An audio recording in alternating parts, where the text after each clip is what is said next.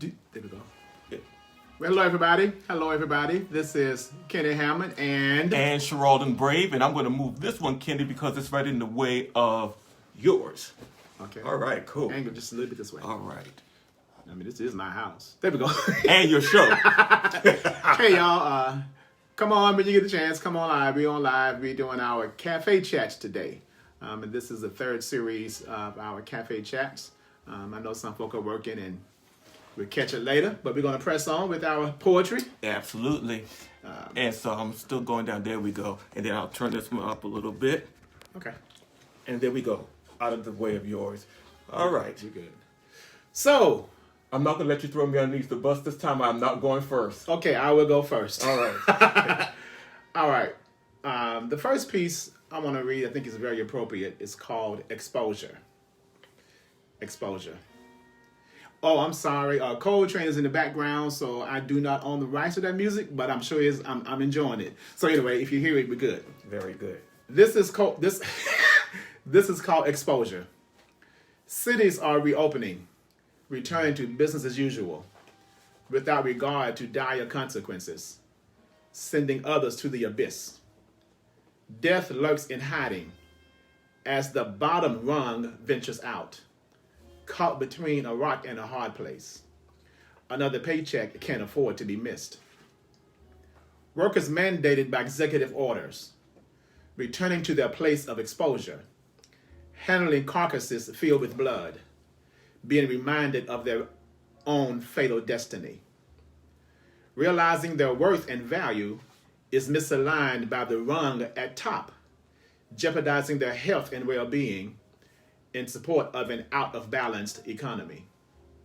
Cupboards and cabinets emptied, benefits entangled in bureaucracy, and mysteriously funneled to the haves while the have-nots just spent their last.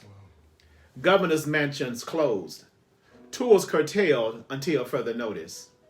No outsiders allowed in the state's house until this pandemic has passed. Ain't that some shiggity? Hey, Cynthia. Oh my gosh. And the numbers just keep going up. The numbers keep going up. And up.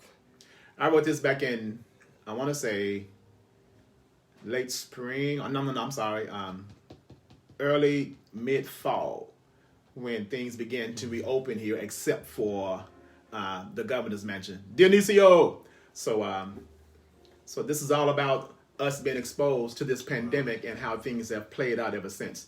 Please feel free to comment on our stuff if you have any comments or questions. Absolutely. Hi, Sharaledon. All right, so I'm going to start off with a piece entitled Life. Right in the middle of the word life is the word if. What if I had done this or done that? Swung at every ball when my turn to bat? What if I gave love another chance? If not marriage, a lifetime romance? What if I had chosen a better choice? Would I have a greater reason to rejoice? What if I'm simply grateful for what I'm given? Would I then appreciate the life I'm living? What if I got rid of all the ifs, ands, and buts? Would I have the courage? Would I have the guts? In the middle of life, if. I'd like to go back to your piece for a second. I was listening to NPR on the way over, and Richmond County In Georgia? Mm-hmm. The mayor there said their numbers were like at 4,000 as far just in their exposure. Wow. In their county alone. Wow. That's South Georgia, right? Would you consider east, because I know it's coming off of I-20 East. Gotcha. Okay. But I will say this: when you look at Georgia, has 159 counties, and I think 3/4 of those counties are considered in the red zone now. Him giving just that number in one county really kind of helps me to see where this thing is going without In perspective. Yeah, absolutely. I'm gonna read a risque piece here. Tammy, It's been real. Have fun. All right. So the real you finally shows up. Yeah. Hey, Olga. Did your community part now? Right. Let's go ahead and get down and dirty. Poetry, when we write, I've been writing almost just over a couple of years again. And I write what I feel, whether it's experienced or not. I'm just putting it out there. But anyway, hey, Gina Mercer. So anyway, this piece is called Raw, R-A-W. Can I tell my truth? Uncut, unadulterated, far beyond PG, nothing fake. A truth filled with mess-ups, missteps, and mistakes. Enough to make the foundation of your whole world quake. All that I've endured, even enjoyed, and uninvited visitations. Yes, overflowing with hurts, harm, and humiliation. Hearts and bodies violated, even beyond devastation. Can I tell my truth? On the prowl, looking for danger, so easily found in this crazy game. Laying up with another without even knowing their last names. Notches in headboards and belts, such a dangerous claim to fame. Scandalous, salacious, intoxicating, and blunted, nothing freeing. A truth that will shatter your lofty image of my being, forcefully removing the blinders that hinder your seeing. Can I tell my truth? Love desired but misaligned with the other without measure, risking it all in a moment of temporary pleasure, forfeiting the essence of holiness that I so heartily treasure. Choosing to give in to my own detrimental and overzealous greed, yet holding on to a faith less than a grain of a mustard seed, fragile and broken, bewildered and tortured, and holding on indeed. Can I tell my truth? Wow. Well, y'all, I just wrote that. Don't let me stop. I'm just joking. Well, I'll say one thing about that piece. Go for it. I don't have anything in over 30 years of writing as salacious as that. Well, I'm like this, y'all. We all have past lives. We've all done some things. I'm speaking of me. I've done some stuff. Oscar, we supposed to have to do. I've done some stuff. I made some stupid choices. I made some good choices. And I've been to some places I shouldn't have gone to. Well, and that's what this is all about. Just my truth, And let me just say, I'm teasing. I really am teasing. But so I was quickly looking at, oh God, so he going down that road, and here it was. I was about to do Ave Maria. I know, right? Hail Mary. Yeah, but just before I went to sleep to take a nap this afternoon, I'm sweating now. I'm sure you are. There was a piece that I wrote, and I've entitled it "Frosty Love." It's a 4-liner. Some of you might know that's where I get my joys doing 4-liners. And I'll just simply read it. It says, don't spend your time looking while you are lost. It's like looking for budding flowers in the middle of a frost. Again, don't spend your time looking while you are lost. It's like looking for budding flowers in the middle of a frost.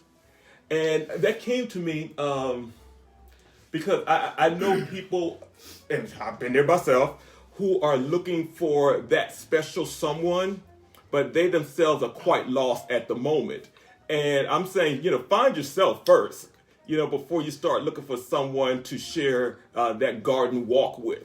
And so when that line came to my head, I said, well, let me get up and write that down before I forget it. So I kind of think it goes a little bit with what you had going on there, They related. They related. Yeah. Know yourself before you jump into something. Oh, yeah, absolutely. This is a piece I wrote. Have you heard of haiku poetry? Oh, yes. Yeah. Haiku poetry, y'all, is where you do 5-7-5. It's 5 syllables, 7 syllables, 5 syllables. And I stumbled up on this format about 5 or 6 months ago, so I've been experimenting with it. So I'm going to share a piece. I think it's based out of Japanese writings. Yeah. So this piece is called The Journey. Listen for the syllables. 5 syllables, 7 syllables, 5 syllables. 3-liners. Step by step I go, longing for my journey's end, walking to and fro. Up and away. In solitude I journey. I'll get home someday. The day will soon come when my journey is complete. No more races run. On that day I'll shout, victory has been attained. No more roundabouts. That's my haiku piece. And I like the fact of not just being a poet, but stretching and knowing the ins and outs, the standards, the literature part of poetry. Right. That's important. And I always say sometimes I've forgotten more than some people have learned. But when it comes down to poetry, I like what you just did, because there's so many parts to it, to poetry and how we deliver. You have the spoken words, you got rap, you have, all formats. You got all these different formats, but knowing the basis of what, poetry comes from is always important, especially because your audience might change at any time. Exactly.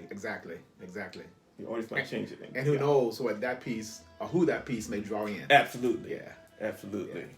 So, you got plenty of time. Go for it. I love this. I carry around a little moleskin book. This one's blue. I just went through a whole one, a black one. So I finally got through that, and so I keep this with me so that I can put down thoughts for poetry at any time. So some of these I'm going to be reading some of my poems out of this piece. Okay, my friend says, Gina Mr. says, good afternoon, spoken word duel. He's already won, man. He's already won. I'll bite my tongue trying to do spoken word or rap. What up, Mike? My nephew? Go ahead. So, I'm big on the ancestor tip, and especially nowadays, right? So this one, I have not published anyplace else. I wanted to hold it for this. It says, I am now an ancestor, and I'm watching over you. I am always present, no matter what you go through. Again, I am now an ancestor, and I'm watching over you. I'm always present, no matter what you go through. And I did write this from the first person. I'll tell you why. I've been thinking a lot lately about transitioning, and not that I am ill or anything, but I think that dealing with death is as much as dealing with life. To prepare for it. If you prepare for life, goal at a time, prepare for death. And so there were some things I wanted to work on, including my obituary, making sure other arrangements were in order for myself. And this was something that I wrote to actually put in my obituary.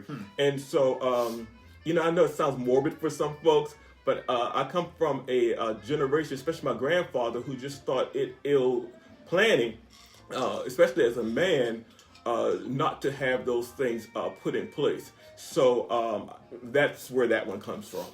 Cool. This next piece I'm going to write is entitled Rage, R-A-G-E, Rage. Elaine Sullivan, hey, what's happening? Okay. I'm going to slow my speech down. Rage. I see it in your eyes, a reflection of an eternalized pain, on the precipice of a malevolent eruption, causing the lava within to increasingly boil. A pain birthed in captivity, carried through troubling waters of the Atlantic, ill-nurtured and malnourished in bondage to the shores of American soils. Existed through slavery, Jim Crow and segregation, terrorism, bombings, racial discrimination, and hate. A pain that can no longer be denied or suppressed. An all too familiar past revisited has become our reality. Lynchings in hoods replaced with shootings and badges. Night riders on horses now drive through legally emboldened. We've come this far by faith, yet regressed to times past, living in a time of an all too familiar duality. So we march to express the turmoil deep within. We cry out to unleash the fierceness of our unrest.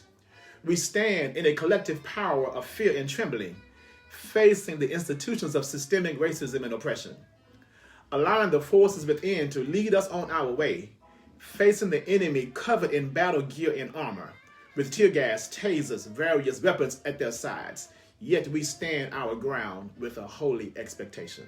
Wow. That's entitled Rage. Wow.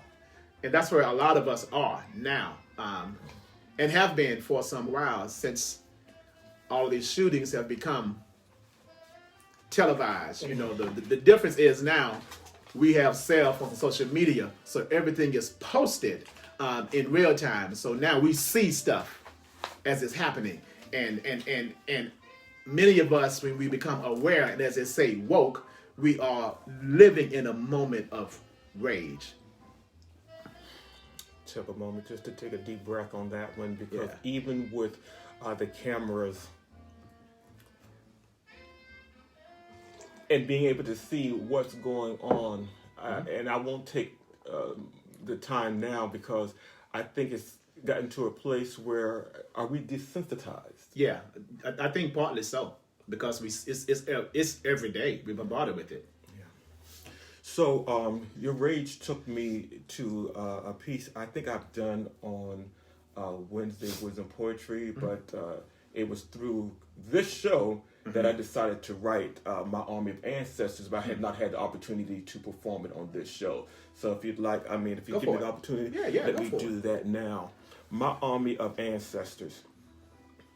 My army of ancestors lovingly surrounds me each and every day. They're with me in every situation, not only when I stop to pray. I feel them in the breeze. I feel them in the still. I feel them in the warmth.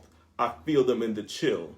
They know my purpose. They know my goal. They know I must settle matters of my soul.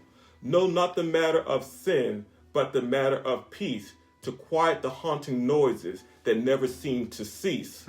For once upon a time, they too heard those sounds. Many made the run for freedom while being pursued by hounds. Then there are the migrants leaving the South for opportunities, making families out of strangers, in essence creating communities. My army of ancestors taught me the power of the vote, despite the framers' soul and pen insincere in what they wrote.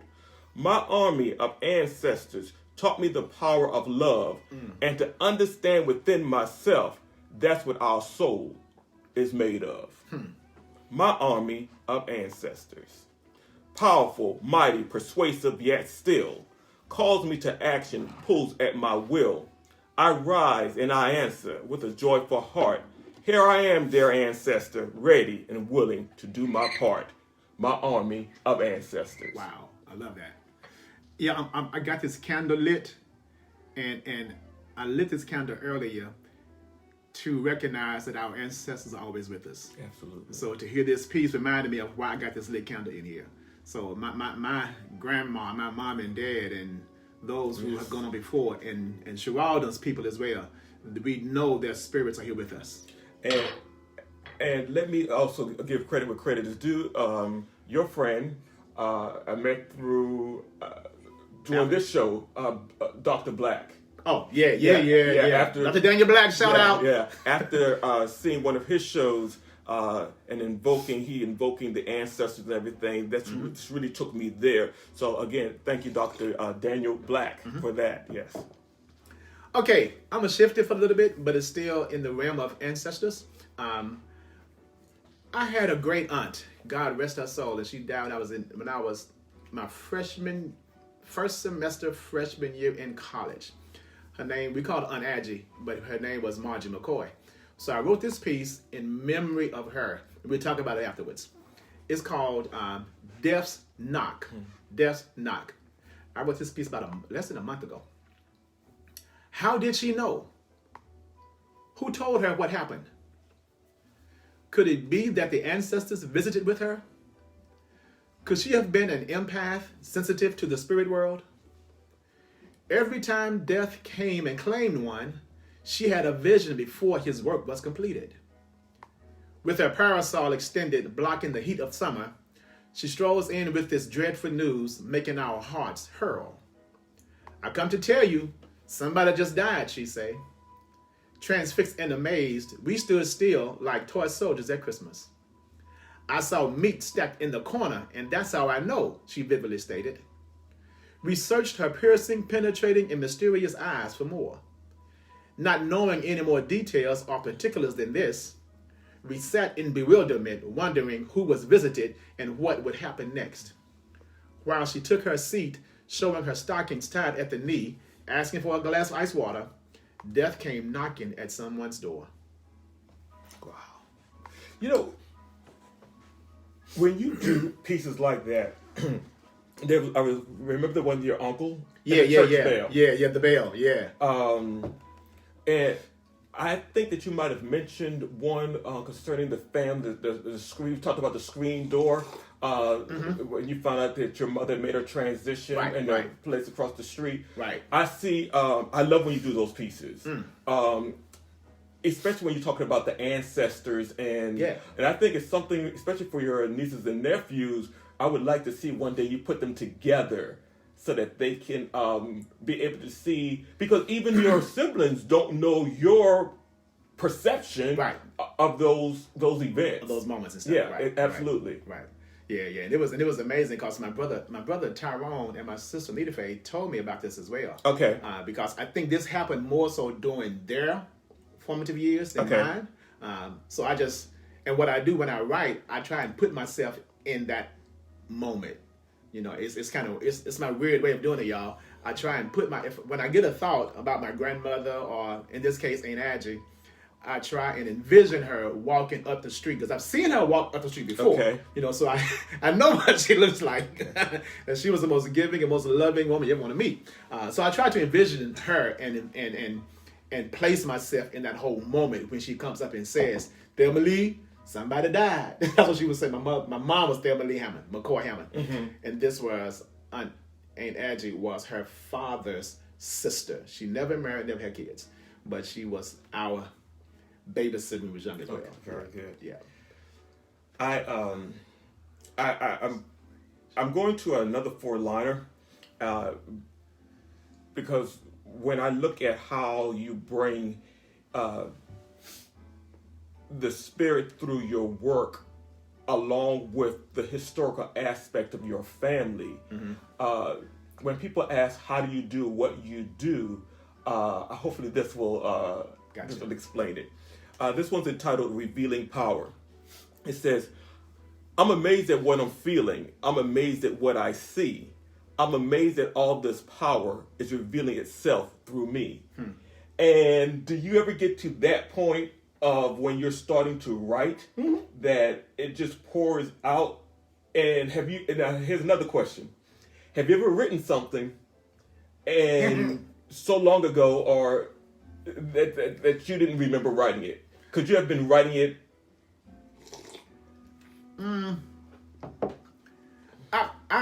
I've stopped coding my tracks before as I was writing. Okay.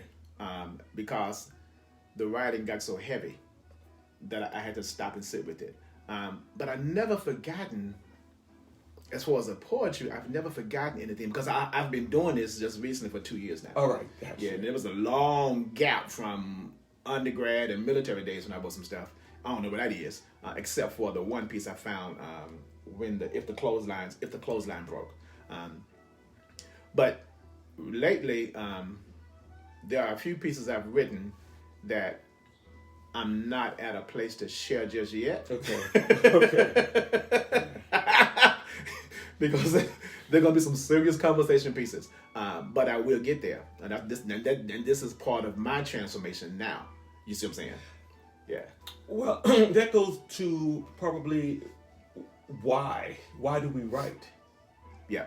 Some of us write to share. Mm-hmm. Some of us write to keep from going crazy. Yes. Yeah. And to release. Yeah. To release. Yeah. Dodge. Yeah. Yeah. And so I look and I ask that question because I look back. There's some pieces that I've written that I have forgotten, but then you're talking about someone who's been writing for over 30 years too. A big difference. Yeah. And the only reason sometimes I understand that it's even mine is that I know my style of writing. Gotcha. And in that 30 years, my style of writing has changed from where the first book that I published to where I am now. Right. It's like totally changed. But at the same time, I still recognize my own writing. So that was part of my question. Gotcha. To, your reasons for writing. And you just seem to pour out on the paper, though. I do. I try to keep it real. And most of my writing is about my experience. Hey, Susie, it's about my own experience. Okay. So I try to, as my adopted mother here says, authenticity is important. Absolutely. Got to be authentic. Absolutely. And regardless of how it comes out or comes across, if I'm being true to me, then I'm not going to worry about the fallout as other stuff I write, I share. Yeah. I got you. You feel me? Yeah. Yeah. Let me do this piece. right. This piece is called. Let me slow down my speech. I talk fast, y'all. Y'all know I get hyped and talk fast. This piece is called "These Tears." I wrote this a few days ago. These tears I shed can be misleading. One may think they are filled with sadness, but no, they are allowing me to release something that never should have been. These tears are filled with unlimited power to close a chapter that was open in hopeful alliance, yet a chapter of unnecessary misunderstandings and misgivings, misinterpreted into something that brought its own demise. So I shed these tears as I removed the comma, that keeps me lurking in the shadows, looking for something that isn't there. Finally able to replace it with a period and bid it farewell. Farewell to the one who didn't have the capacity to receive what was being offered, even in vulnerability. Adios to that which had the potential to ride the waves united. Finally realizing the juice wasn't worth the squeeze. And now I am free. No comments. I'm just messing. But anyway, yeah, go for it.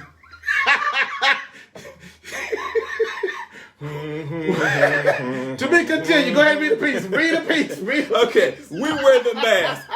We wear the mask. We wear the mask, complete the task even before others ask. That's what we do. It's who we are. That's how we survive this country thus far. We wear the mask. I got it on, y'all. Okay, let's pause for a minute. Robert L. Doss Jr., that's a powerful brother. And I call him my brother from another mother. We were in seminary together. And he's a poet as well. Very good. So he says the question, what's our reason for writing? All right, you answer. Oh, wow. Thanks, Rob. Love you, man. Hey, Lane. Yeah, we do. Go ahead, I'm sorry. My reason for writing. It keeps me sane. It really does. You know, when I first started writing, it was because I was taught, you know, the structure of writing back in 12th grade. But now I can't help but write. There's always something coming through my head. And so that's why the book's always with me and everything. It makes me feel good. It speaks for me those things that sometimes I find very difficult to say. And definitely, I think the reason I write more so now is that when I come to understand something for myself, through my poetry, I hope to be able to help other people understand at least what I'm understanding. I'm not asking them to believe what I'm writing, right, but at least I can put it out there to let you know what I'm thinking. Because, you know, especially when I'm doing quotes, I see people put up a lot of time truth, or that's true, or whatever. Right. But that may only be true for me, right, and only be true for you. Now, I don't want to get too deep down into what is truth and what is true. Right. I don't play with truth, okay? But what might be true for me, I will put it out there. And I'll give you an example of that. One of the pieces that I put on, I think it was yesterday, had to do with control. I think it went the need to control the need to control another person reflects your lack of self-control. Right. I read that. Okay. On Facebook. And so, you know, when I talk about truth, I'm talking about the love of divine mind. That's the truth that does not change. Right, that's constant. Okay, but now you have someone who would, and that may be true what I just said for me and other people, but then you have other people out there that won't find that statement to be true. Right. But, so I don't get into that, but I put those kinds of things out there because as I see something that works for me, and Robert, hopefully this answers your question. What I see works for me, I will go ahead and write it, and hopefully it works for someone else. So that's really why I write. Elaine says, Elaine is like a sister to me back home. She says, we wear the mask, one of my favorites. Thank you. Yeah. Thank you. Rob, answer your question. The reason why I write, it's a release. And sometimes I can sit with something, write it out, and feel liberated from it. It's my own liberation as well. And some pieces I've written has an educational component to it. So I write to enlighten and educate others as well. It's a whole lot, man. And I'm sure you know because you're a prolific writer yourself. This piece is entitled Words. my next piece entitled Words. Did you hear? Do you know? Thoughts and words flowing from the pit of my soul, suppressed beyond the depths of my smallest toes, finally reaching the surface and spewing from my lips. Simple, colorful, playful words shared with another, in humor and jest misinterpreted by the other, whose purpose seemingly was to simply destroy a brother. And what did you expect to gain? Self-hatred's demonic pull is a force of reckoning, a force that causes us to despise our own melanin, pulling each other down, mishandling another's brown skin. Ah, the unfortunate theory rings ever so clear and true.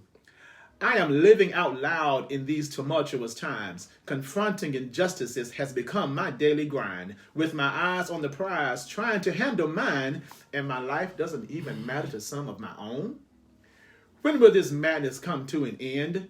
United we can stand, together we will win. A day is coming when respect exudes from within. But until then, can a brother just get a break?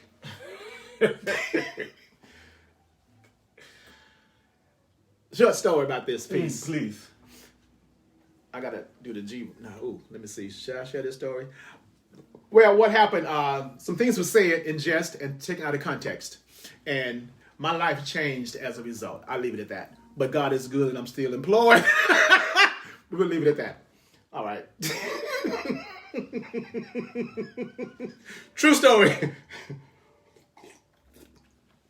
Go for it. All right. So, one of the things I'm big on is being present. Really being in the moment. And I even mean that to the point of even sitting here listening to you do your piece. I remember the first time we did the show together, I was so caught up into what I was going to do next that I did not get an opportunity to fully embrace what you were doing. And so I have somebody, I bought enough things around without having to do that and always still engage with what you're doing. So being present is very important to me. And so with that being said, I found a piece that speaks to that. It's entitled Be Present, to say the least. I live in the present, for the past is done. It might have been cruel, it may have been fun. Living in the past, I find no rest. It is in the present moment that I do my best. I make constant choices that illuminate my way. Secure about tomorrow, unconcerned about yesterday. Yes, in the past, there are powerful lessons, but it is in the present moment that I find my greatest blessings. And that's the challenge, is to be present in everything that we do. Because it's so easily to get distracted, and sometimes being present causes us to be vulnerable as well. Let's speak on that, though. Yeah, because for me, sometimes when I'm present with an individual and I'm listening to their story, their journey, it touches parts of my own journey. And when we touch each other's, I'm calling the soul's touch, right? When that soul is touched, it causes us to share. And when we share, we take a risk of sharing things that some may consider intimate, right? Even in a friendship. But to me, that's how friendships and relationships are solidified. But what happens, sometimes some people do not have the capacity to receive that. So that's where we become vulnerable. Yes. And we take a risk. And I've learned from my good friend down in Texas, the whole concept of capacity. I've learned that when a person can't receive what's been offered, it's because of their lack of capacity, not anything on my end that's negative or deficient. That's a good lesson to learn. That you may offer all you have to offer, and that person may not be able to receive it. It's not a reflection on you. It's a reflection on their lack of capacity to receive. And it's not negative. They just aren't there. They may be there next week, next month, but we may be gone. You feel me? So that's the whole point of being vulnerable, even in friendships and relationships, and even as we share different things, because there are moments when we connect, and some people run from that connection. I'm trying to sit in it and be present and explore that connection to see what's really there. If it's anything that has worth and value, then I want to sit with it and see what happens. Wow. But when I realize the worth and value has been misconstrued, then that's when I'm learning to pull away and let go. Not because the person is, I'm looking for a word, not because I let go for my own, because my worth is more than that. Put it like that. I'm learning to value what I bring to the table, right? And I realize some people cannot accept what I bring, but it's not my issue. It's their lack of capacity to receive. And that frees me up from saying, oh God, what did I do? I'm jacked up. No, I'm not jacked up. I got my issues, but I ain't jacked up.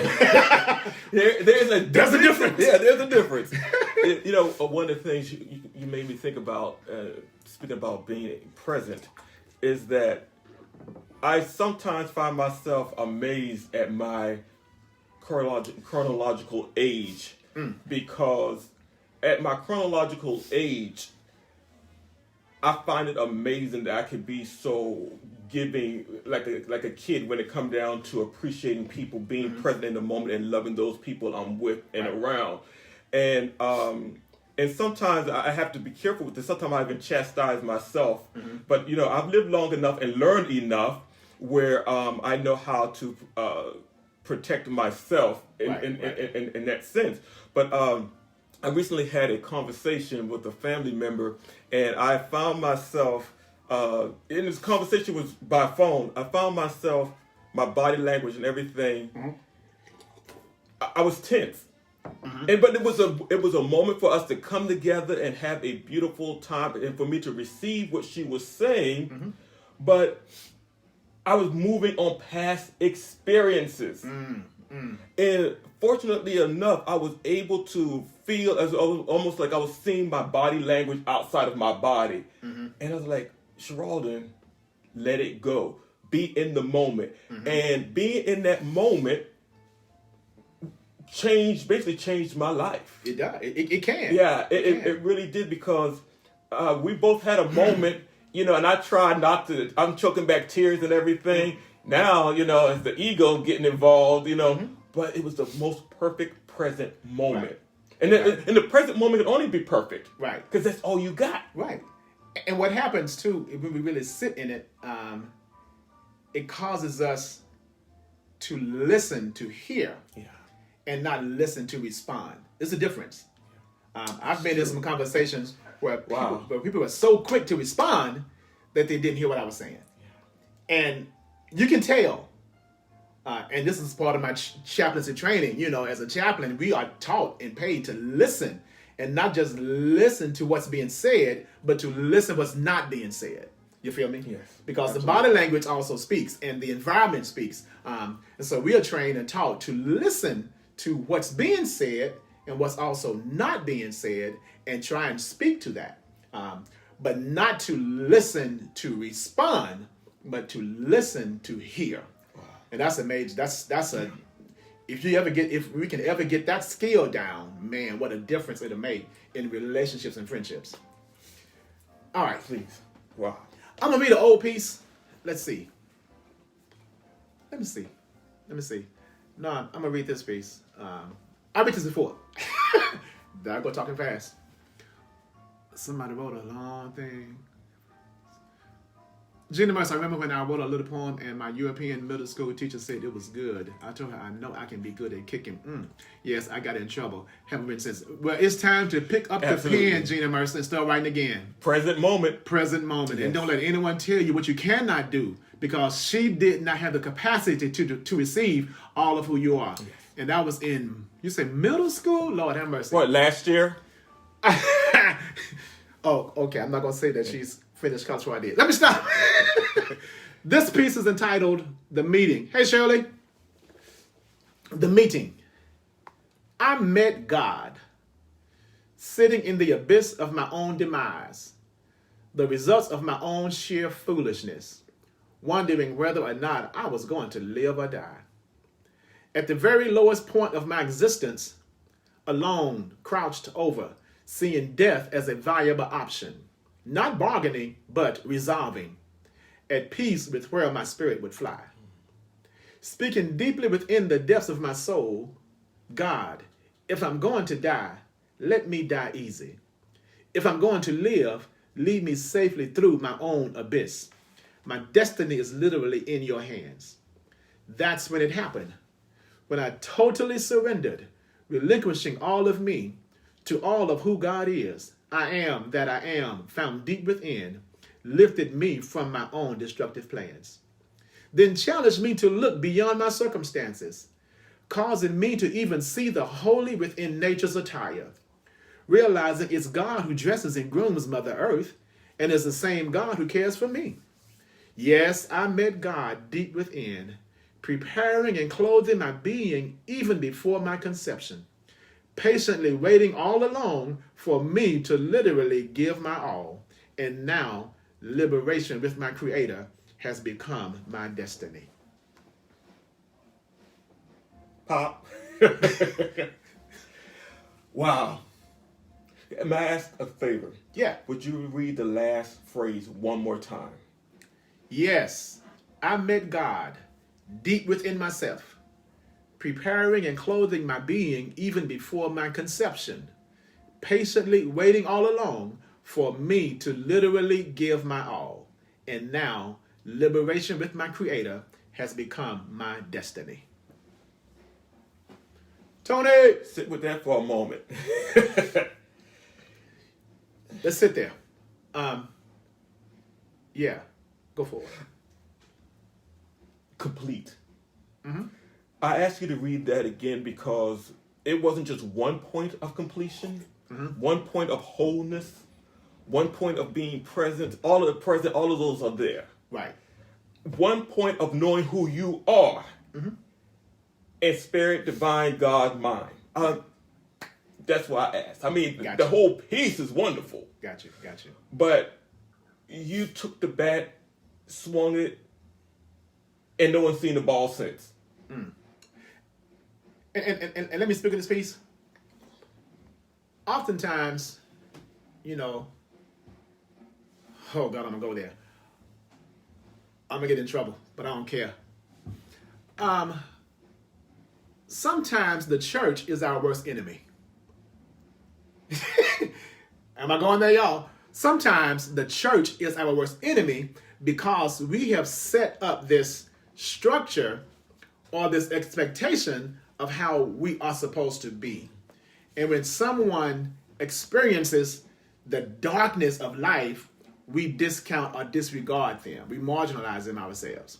But God doesn't. That's the whole point of this piece, that here I am, or here we are at our lowest point of existence when everyone else has disregarded us or thrown us away or has written us off.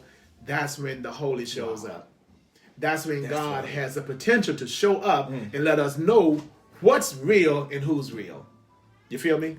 That sometimes it's not in the church proper where we meet God. A lot of times it's when we are at our lowest out in this world doing things we ain't got no business doing, and God shows up. Why? Because God still loves us. Wow. That's my sermon for today. And speaking of spirit showing up, this piece, while you started, this piece came to mind, and so I'm going to go ahead with it. It's entitled Master of Love. It's one of my favorite. Wrote probably about 20 years ago. Master of Love. I've learned to love, and I've learned to live. I've learned it's not about what I get, it's about what I give. I've learned that I will reap sooner or later whatever I sow. I've learned holding on to old baggage will eventually show. I learned to expect true love. I must first truly love me. I've learned that a discerning spirit is greater than what the eye can see. I've learned control should not be an issue. It's not about who will yield. I've learned that the only games played should be on a board or on a field. I've learned that love sometimes hurts. I've learned it will always heal. I've learned that true love goes deeper than what I think I feel. I've learned that I can be patient, giving others their desired space. I've learned that we can love one another and not be in each other's face. I've learned to say thank you, Spirit Divine, for teaching me how to love. Acknowledging the master instructor teaches from consciousness above. Master of love. Master of love. Because you learn it that way, you could go some places. Exactly. I was trying to find this piece. I think I lost it. Well, while you're looking for that one, Go ahead. I'm going to go ahead and pull another one out. And this one is entitled Precious, Precious. Yes, time is precious. Now I can gladly see. Spending time with those I cherish, that's what's precious to me. Again, precious, precious. Yes, time is precious. Now I can gladly see. Spending time with those I cherish, that's what's precious to me. And one of the reasons I pulled this up, my sister, Van Andrea, sent me 2 videos of my her grandchildren, my 2 great niece and my great niece and my great nephew, over the holiday, and it was like I'm sitting there with them. You know, the joy I felt being able to see them enjoying their Christmas and everything. Yeah. And so, you know, during this pandemic and everything, we have to appreciate Exactly. What we call time and what we call precious time together to spend with our loved ones. Exactly. Okay, I found it, y'all. This piece is entitled Death. Death. I've seen death far too many times. He never told me his name, how his presence was overbearing. Sometimes he stood still. Other times he pranced down the corridors. He would even hover above, but his spirit was never carrying. I never heard him speak, yet I saw his lips rapidly move. His smile was chilled and heinous when he made his grand entry. At times, he even lurked in corners, waiting to collect his gift. Wearing the covers of darkness, his lineage was not of gentry. One night he surprised me, though, trying to hide behind the ancestors. They visited me as I rested, and he lingered once they departed. He made an unfamiliar noise, but I recognized his gait. He was attempting to take a loved one, so my presence before him I imparted. Where are you going, Death? It's not her time to go. I take authority over you and sending you back from whence you came. You have no business here, so I command you to go away. Leave right now. You're here far too soon. This time you have the wrong name. He looked and stared at me. In this moment, I wasn't afraid. So I stared back at him face to face, and I dared him to make his move. He sensed a mighty presence, for I did not stand on my own. The power of the Almighty gave me strength. Death's plan we did not approve. Before he turned and walked away, he gave me another look over. I stood there, still firm and tall, empowered by the one from above. Then he vanished through the walls, his darkness replaced by the evening stars, falling to my knees with thanksgiving, thanking the divine for his magnificent love. That's a true story, y'all. That's a true story. And I can share it. I hope my sister don't mind. She was very ill at one time and had surgery, and I went there to take care of her. And I spent maybe a week and a half there. And my last night there, the spirits of my ancestors, my mother, my dad, and my grandmother visited me. Okay. And as they departed, that's when I saw death. And I know, so, there's something here that shouldn't be here. So I knew I had to confront it. And I wasn't afraid, so I dealt with it. So that's a true story. I got goosebumps. I got goosebumps. 2 things I'd like to do. We got 11 minutes. Go ahead. One, on the same theme, but it's kind of funny. Mm-hmm. And then, since I brought up that conversation that I had to be present about, and it involves my dwelling place. Oh, yeah, we got you. We got time for it. So, So this was kind of funny to me. It says, I'm writing my obituary today to tell my own story, to get the lies out the way before I go up to glory. I'll say it again.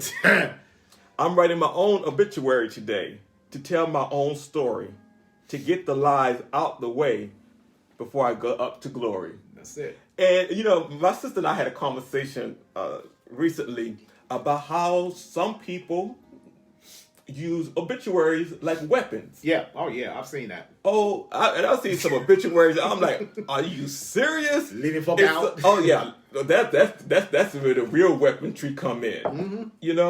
Or that you could tell so much, even if you don't know the family. Right. This doesn't make sense. And I'm like, okay, so let me just go ahead and write my own obituary. And be done. Yeah. And, and my mother just told me recently, she says, well, unless you write your own obituary and put in your siblings I know,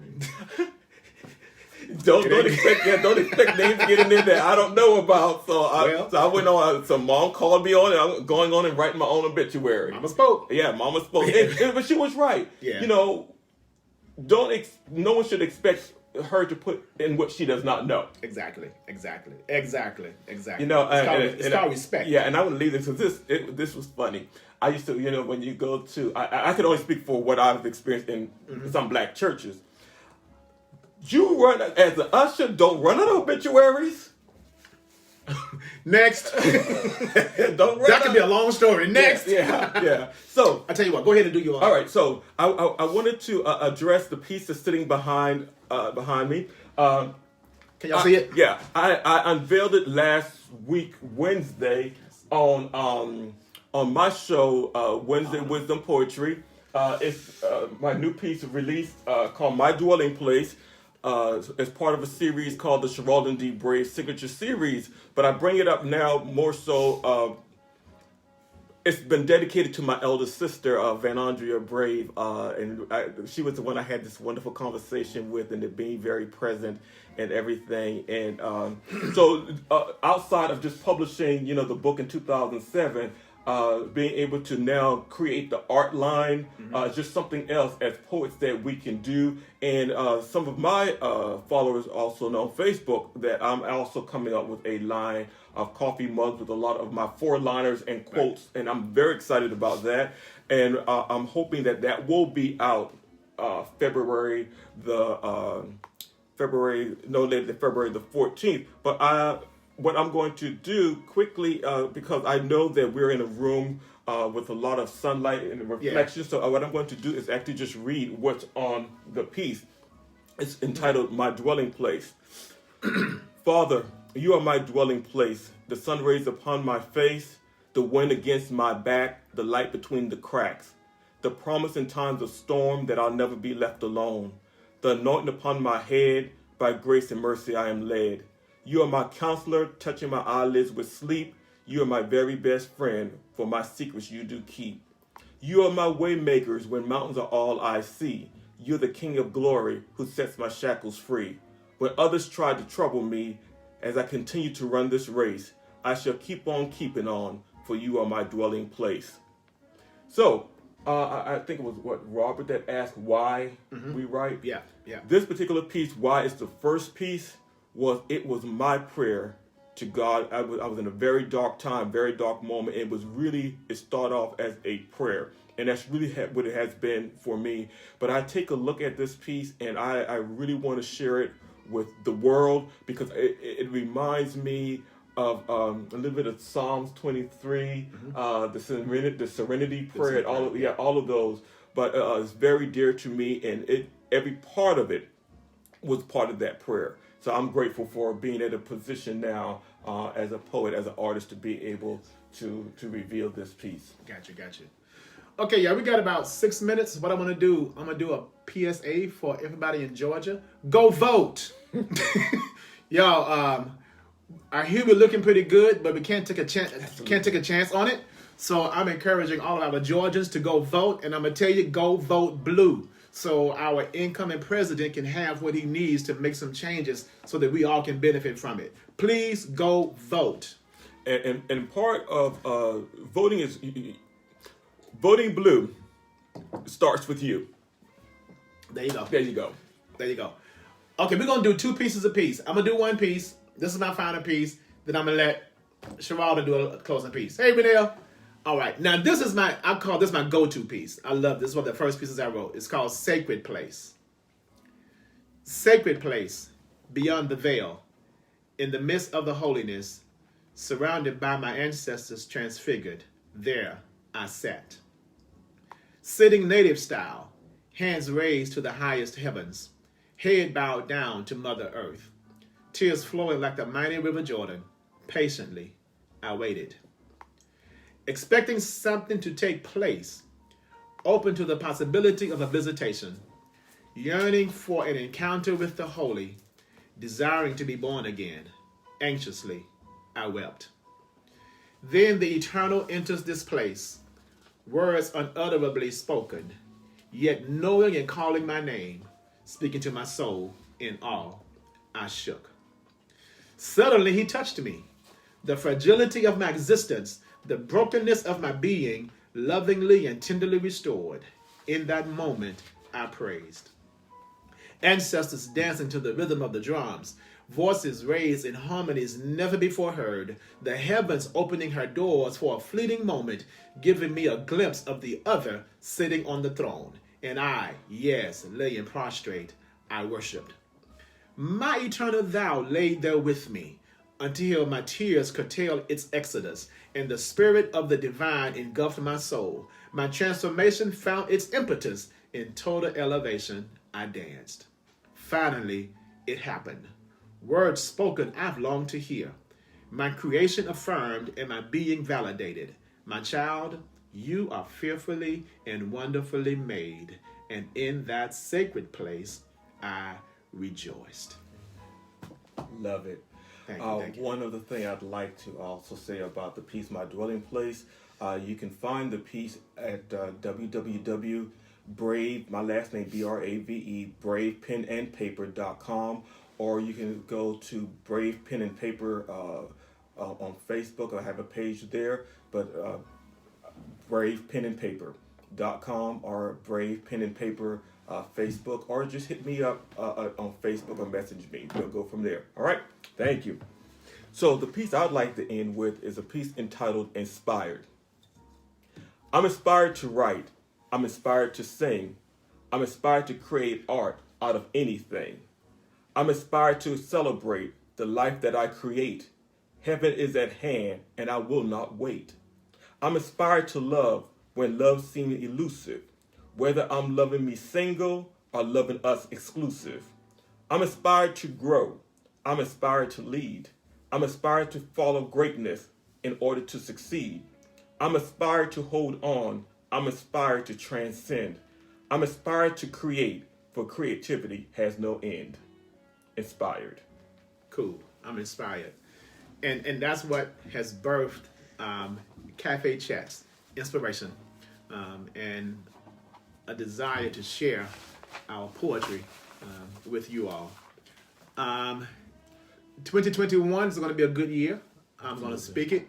I'm going to put it in the universe, because my goal in 2021 is to become a published poet. So y'all pray for me. It's out there now. And y'all hold me accountable, all right? This has been a joy.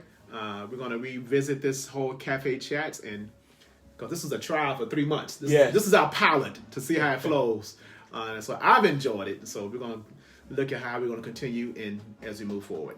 And as always, I'd like to say before we end, just before the pandemic started, Kenneth had bought the idea to be in physical space, and so I thank you, since we could not, that would have been March of 2020. March. Yeah. And so the pandemic was just beginning for us, so Shut we us had down. to, So I thank you for being with us for another Cafe Chat. I am Sharaledon Brave.